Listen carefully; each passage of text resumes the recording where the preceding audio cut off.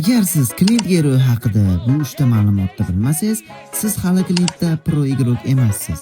Agar Mobile Legends'dagi foydali ma'lumotlar sizga qiziq bo'lsa, mani kanalimga obuna bo'ling va videoga like bosish esdan chiqmasin.